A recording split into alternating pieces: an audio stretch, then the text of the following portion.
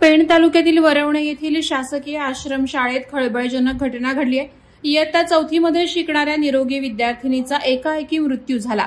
पेण तालुक्यातील वरवणे येथे असलेल्या शासकीय आश्रमशाळेमध्ये तेथील कामार्ली प्राथमिक आरोग्य केंद्राच्या IPHS उपकेंद्र वाकरूळ यांनी शासनाच्या कुसुम योजना अंतर्गत घेतलेल्या शिबिरात आश्रमशाळांमधील सर्व विद्यार्थ्यांची तपासणी करण्यात आली। यावेळी बोरगाव ग्रामपंचायतमध्ये असलेल्या तांबडी आदिवासी वाडीमधील रहिवासी असलेली खुशबू ठाकरे या विद्यार्थिनीच्या अंगावर 3 चट्टे असल्याने तिला कुष्ठरोगी ठरवण्यात आलं।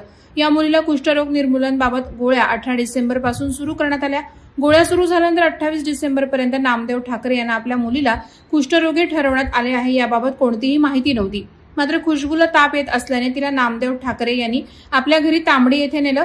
त्यावेळी शाळेतून देण्यात आलेल्या गोळ्या तिचे पालक देत होते, मात्र त्या कसल्या गोळ्या आहेत त्याची पुसटशी कल्पना नामदेव ठाकरे यांच्या कुटुंबाला नव्हती। 3 जानेवारी रोजी पालकानं आपल्या मुलीला पुन्हा आश्रमशाळेत नेऊन सोडलं, मात्र कोणताही आजार नसलेल्या मुलीला कुष्ठरोगाच्या गोळ्या दिल्या जात असल्याने त्याचा साईड इफेक्ट खुशबू ठाकरे हिच्या शरीरावर दिसून येऊ लागला। तिच्या अंगावर फोड्या उठल्या, तसंच हातपाय यांना सूज येऊ लागली। त्यावेळी पालकांच्या सोबत खुशबू हिला पेण ग्रामीण रुग्णालयात नेण्यात आलं। खुशबू हिची प्रकृती गंभीर असल्याने पनवेल येथील MGM रुग्णालयात नेण्यास सांगितलं।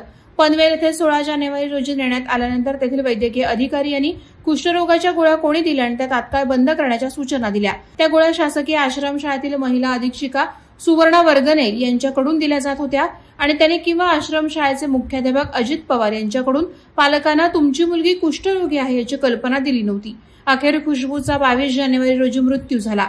या प्रकरणी आदिवासी विकास विभागाच्या पेण प्रकल्प अधिकारी कार्यालयानं दुसऱ्याच दिवशी वरवणे येथील शासकीय आश्रमशाळा मुख्याध्यापक आणि अधीक्षिका यांना कारणे दाखवा नोटीस बजावली, परंतु त्या कारणे दाखवा नोटीसला 3 दिवसात कोणतंही उत्तर देण्यात आलं नव्हतं। त्यानंतर प्रकल्प अधिकारी कार्यालयानं शासकीय आश्रमशाळा मुख्याध्यापक आणि अधीक्षक यांच्यावर आजपर्यंत कोणतीही कारवाई केली नाहीये।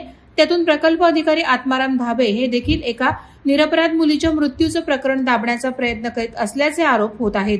वादळवारा लाईव्हसाठी न्यूज ब्युरो पेण। नवी मुंबई व रायगड जिल्ह्यातील ताज्या बातम्या आणि घडामोडींसाठी सबस्क्राईब करा वादळवारा लाईव्ह चॅनल आणि दाबा बेल आयकॉन।